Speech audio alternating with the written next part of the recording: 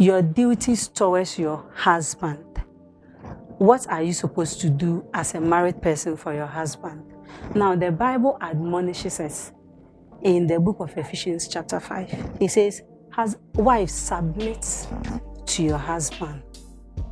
He said in everything, submit. You have to submit. Submission doesn't mean lose your own voice. Submission doesn't mean say yeah, Jimmy. Hi everyone, my name is Miss Hattie, bringing you emerging voices all the way from Ideal Productions Network. On today's episode, we'll be delving into issues pertaining marriage. Stay tuned. When we come back from the break, I will be so much delighted to introduce my guest to you.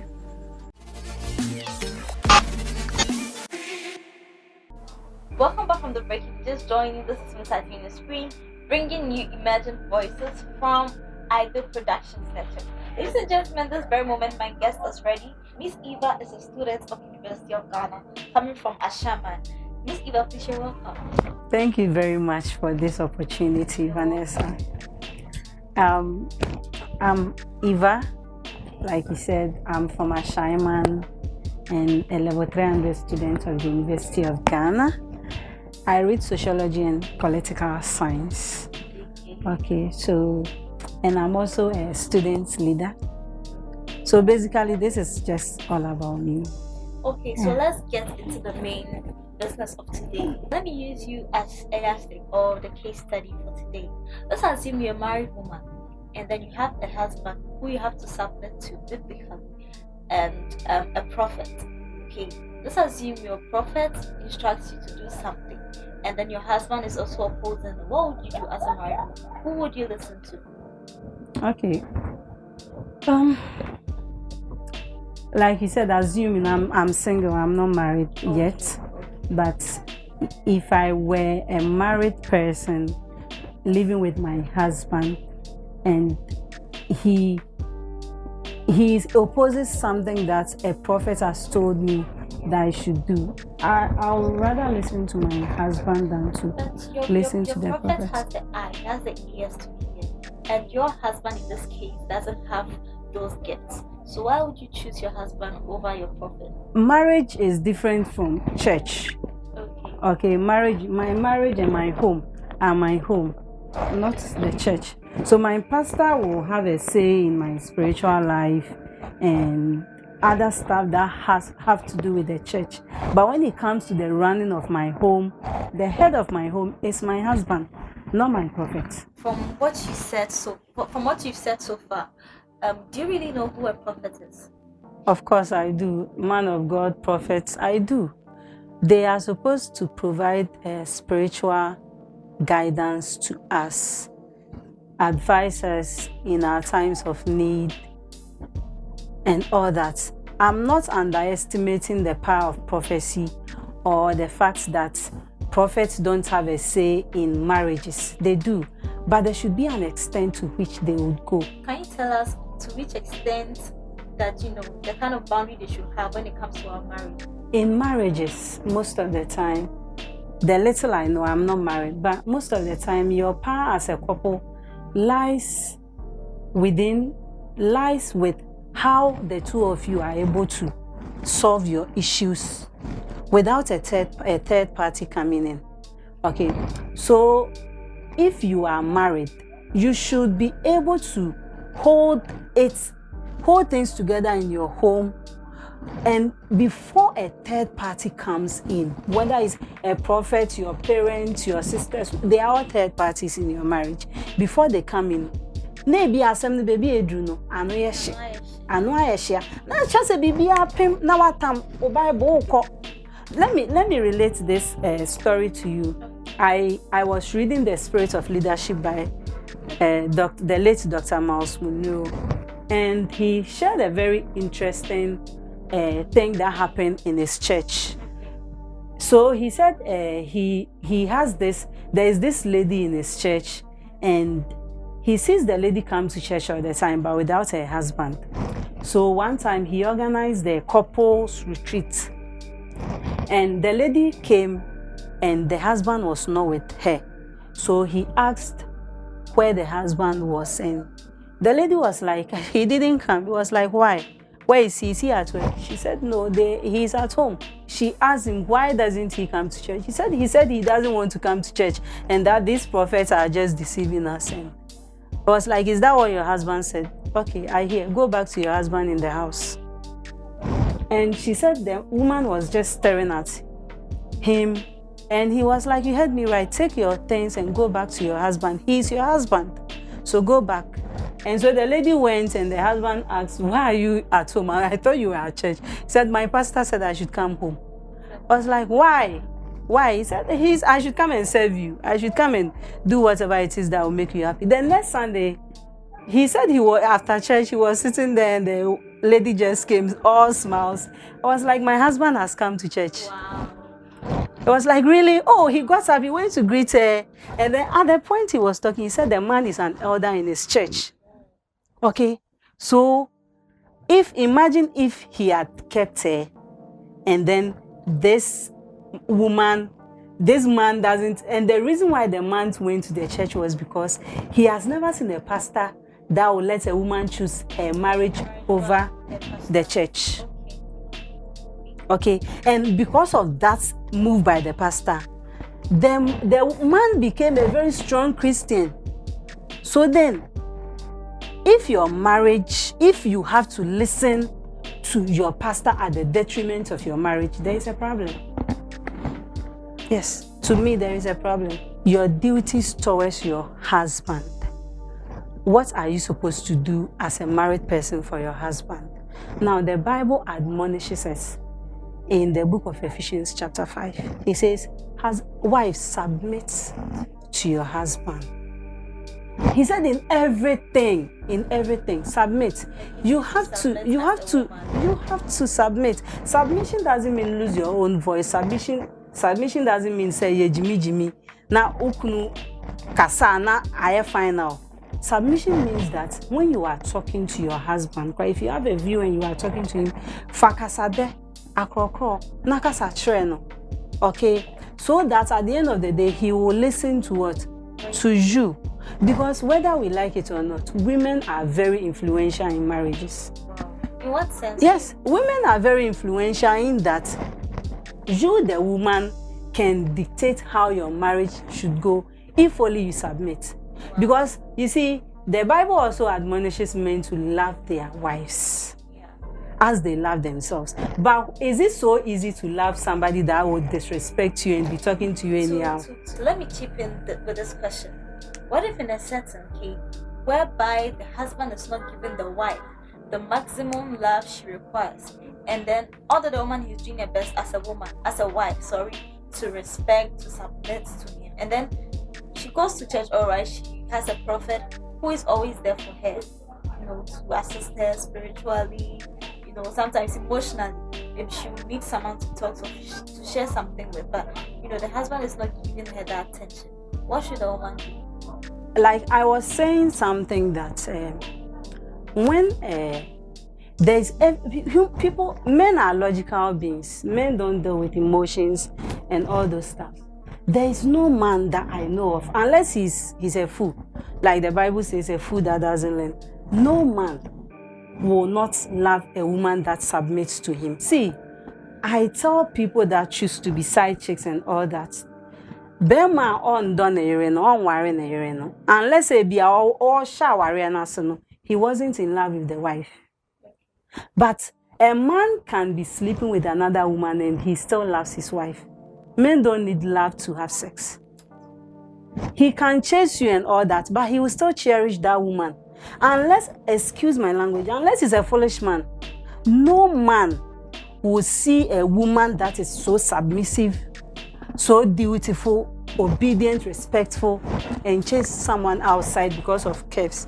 He may once in a while trail off and have affairs, but not to love his wife and show respect and return that kind of affection that the wife is giving, it will be very hard. Yes.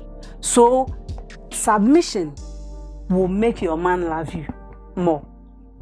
Whether this one, people can argue it all they want. And yet, Ojoyan Brazil, Bema or Befia, you make him feel like he's a king. You make him feel like he owns the space, though you know you are in charge. That man doesn't even want to go outside there. He can go and fool around and come back, but he will always come back to your home because that is where he feels loved and cared for. All right, viewers, just joining. This conversation is getting more interesting. This is Imagine Voices coming to you from Idol Productions Network. And I'd like to find out from Miss Eva. Miss Eva, what if, is it okay for a lady to be calling her pastor daddy? Because they say, young ladies know, beyond the pastor daddy here, daddy there. So is it okay for a young lady, a married woman, to be calling her pastor daddy? Personally, I won't do it. Why?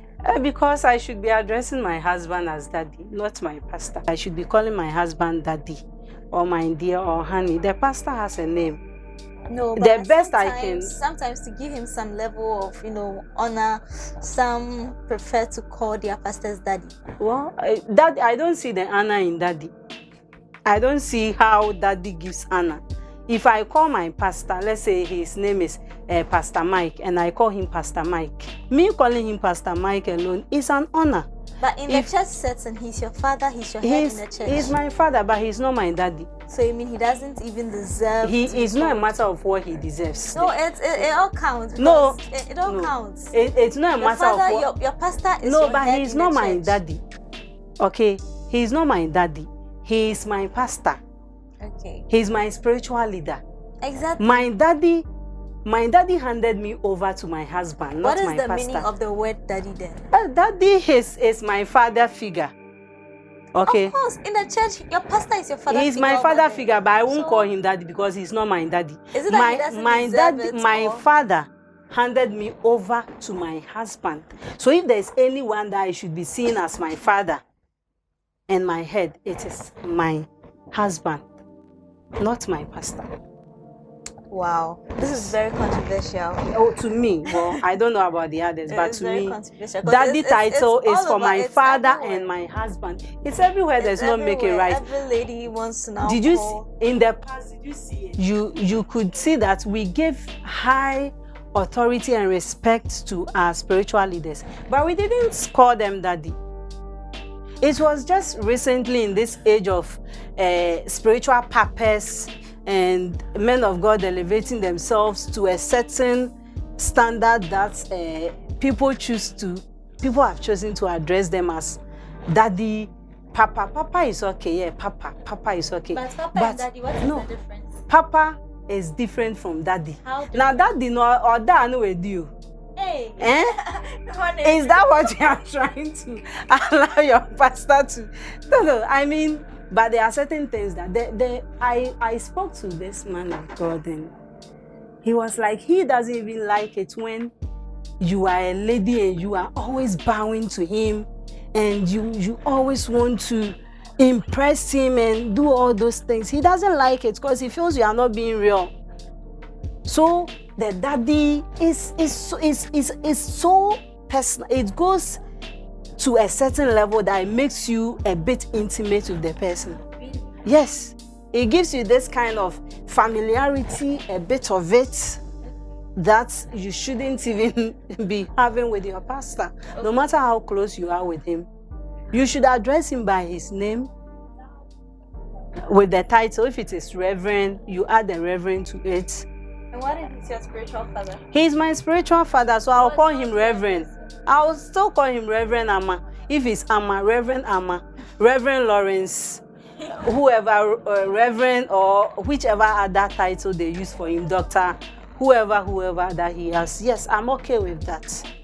Because I'm not supposed to go beyond a certain threshold when I'm addressing my pastor.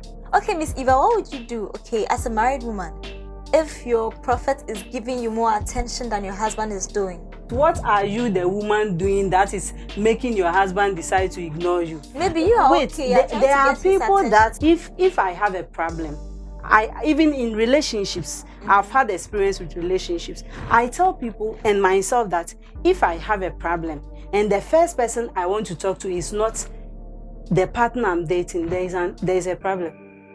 The first person that you should go to when you have a problem, if you are married, is your husband. Okay. Because remember, the Bible says the two of you have become one. So in a situation where you choose to talk to your pastor about your problem rather than your husband, then the problem is not you not talking to your pastor. There is an underlying issue. The two of you don't communicate, and that could be the reason why you choose to talk to your pastor over. I can still talk to my pastor and respect my husband and my pastor. That respect has to be given. But as a woman, I know that with we women, okay, we tend to respect the men that give us, the kind of love we want. True. The question is, as a woman, as a married woman, would you listen to your husband when he's not giving you attention? And on the other hand, your prophet or your pastor is giving you more attention. Will you listen to your pastor or you listen to your husband? So let's say, let me give an instance. Let's say maybe I have a problem at home. Okay, I'm having a problem at home as a married person. If I'm married, as a married person, and I try talking to my husband about it to find solutions to it, and he doesn't care. He doesn't care. Want to hear. But I go to my pastor, and my willing pastor to advises me. Yeah. And you're asking me if there is no advice versus no advice, which one should I take? Where the advice is what I should take. Oh, yes. So you listen to your husband. I will listen to the pastor because he's the one advising me. The man is not advising me. He's not saying anything. So then on this case, you've turned the whole thing, then it means you're on the pastor's side. No, it is not that my husband has advised me one, and I still went to my pastor. And my pastor also advised me, and I chose my pastor's advice over my husband's advice. You didn't give me that scenario. Okay, so that man didn't even mind me. He didn't say anything. Me too, I need solution. And the person that was there for me at that time was my pastor. So advice no the man because he was the one that advised me. Okay, so based on the question or the scenario you just used, what if in this case you listen to your prophet's advice and then you decide to share with your husband, and your husband is also opposing it or to share with him? Yes, maybe you try to, you are trying your best to let him know what the next move is, since he's not able to give you the solution, and then maybe you suggest it to him or you put it to him, and then he's not buying it. If you are debunking what somebody has said, then it means you should have something that is in place of what the person has said. So if you tell me I should not listen to the pastor, I'll ask you what is your reason. Have something for me. If you have something for me and I listen and it's going to help, why not? You see, so the issue is communicating. You don't just get up and act because you want to act. If your pastor gives you an advice because your husband refused to act, and you come and you tell him, and he's saying don't do it, but also how can you give me, let's say if I have a plate full of food and an empty plate and I'm hungry, do you expect me to go for the empty plate? No. If I don't have any issues with my husband, I keep saying this, if there are underlying issues, me going to my pastor and my husband not listening to me are just the surface of the thing. There are issues underneath that will make my husband choose not to listen to me. But if there is no issue and you have a marriage that the two of you have worked towards, if there is an issue, the man will be willing to listen to you. Okay, so the problem is not whether or not I listen to my pastor. Okay. The problem is what is going on in that marriage that is making the man choose to stand alone, and the woman is also now running to somebody else. Okay. Yes. Okay, so let's take this scenario also. In a setting whereby maybe your pastor has organized evening, prayer retreats or prayer program, and then your husband is also saying he needs you at that time. What would you do? Which one would you choose? Well, this is a bit dicey. We are members of the same church. Yes. We are both supposed to go to church. Yes. But my husband is saying we should stay in the house and do what? Maybe that's the time he feels like spending time with his wife. If he wants to spend time with me, and that is his reason for not going, I think I will not go. How about what happens to your position in the church as well? My position in if that day I'm at the end, a man that is a Christian will not prevent, will even go with me because preaching. Then So he will have wait. But we So are not no, so he will have to support. So he will have to support because no reasonable man who attends the same church with his wife, then a pastor organize the program or the church has organized the program, and then they read that program. No, I can't change say.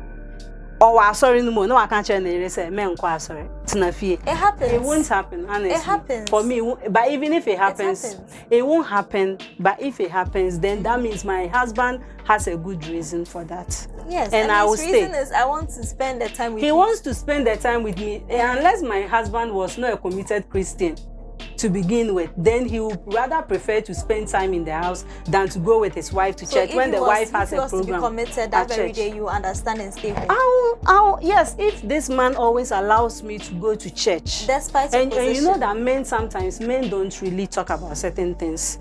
So maybe that particular day, he just wants you to be there with him.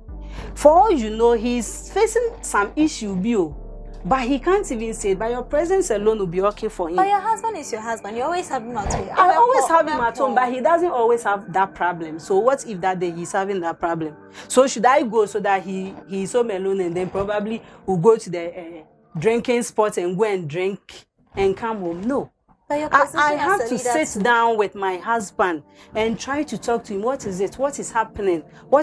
Communicate. I always keep saying this. Communication in marriage is everything. Communicate with your man. What is happening? Why are you of all people that maybe sometimes you are the one that even takes the lead and makes us go to church. And then one day you are like, my wife, today I need you. Do you know, men may not be able to talk about what is really bothering them, but he needs you at home that day. My dear, staying home that day will not make you go to hell. And it will not make the program not hold. The program will hold. So me, if you ask me, I'll stay at home and just pay attention to my husband though. Okay. Yes. Okay.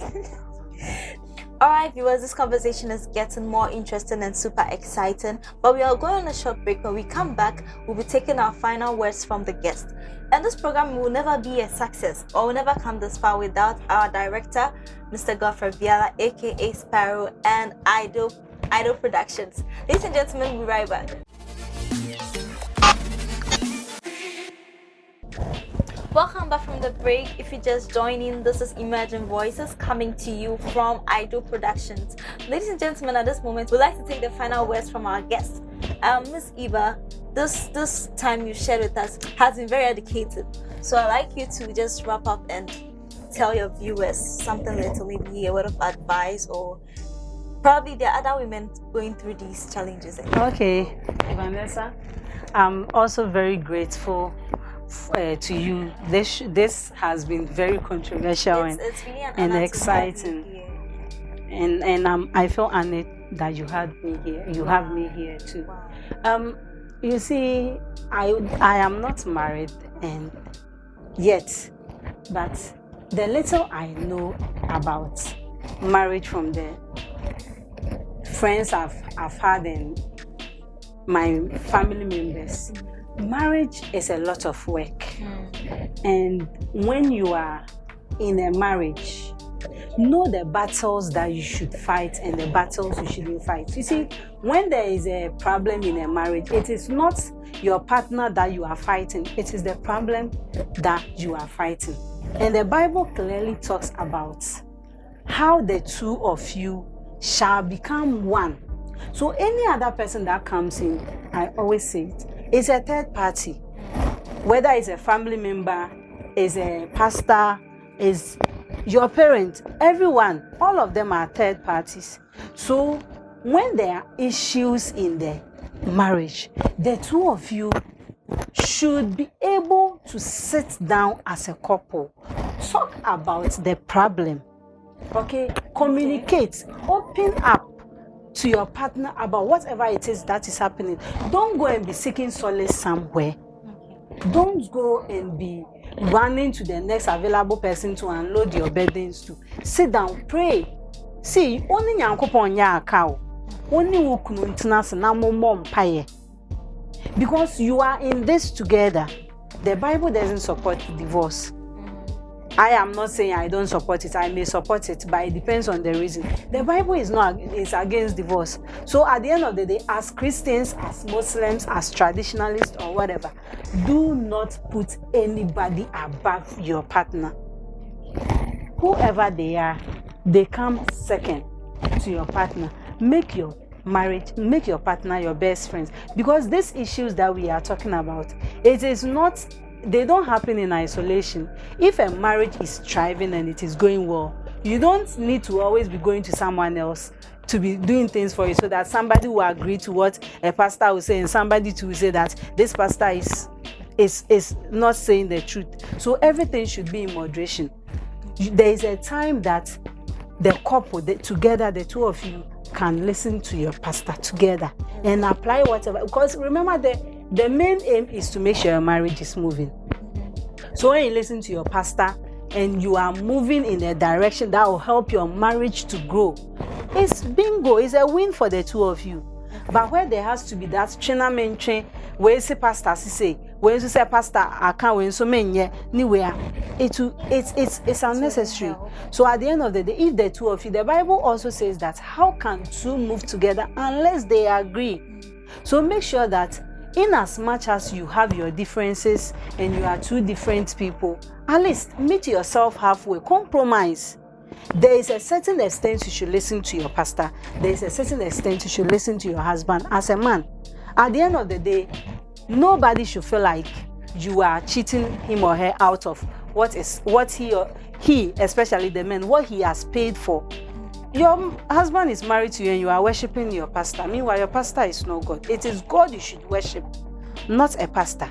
You can give him all the reverence and the respect. He deserves it. He is your spiritual leader. But remember that in your home, your husband is the head. Thank you so much for your time, Miss Eva. Don't forget, if you're watching us, your husband should always be your head at home and not your pastor. Thank you so much for your time, ladies and gentlemen. This is the Emergent Voices coming to you from Ideal Productions. Ladies and gentlemen, we'll see you same time next week. My name is Miss Hattie.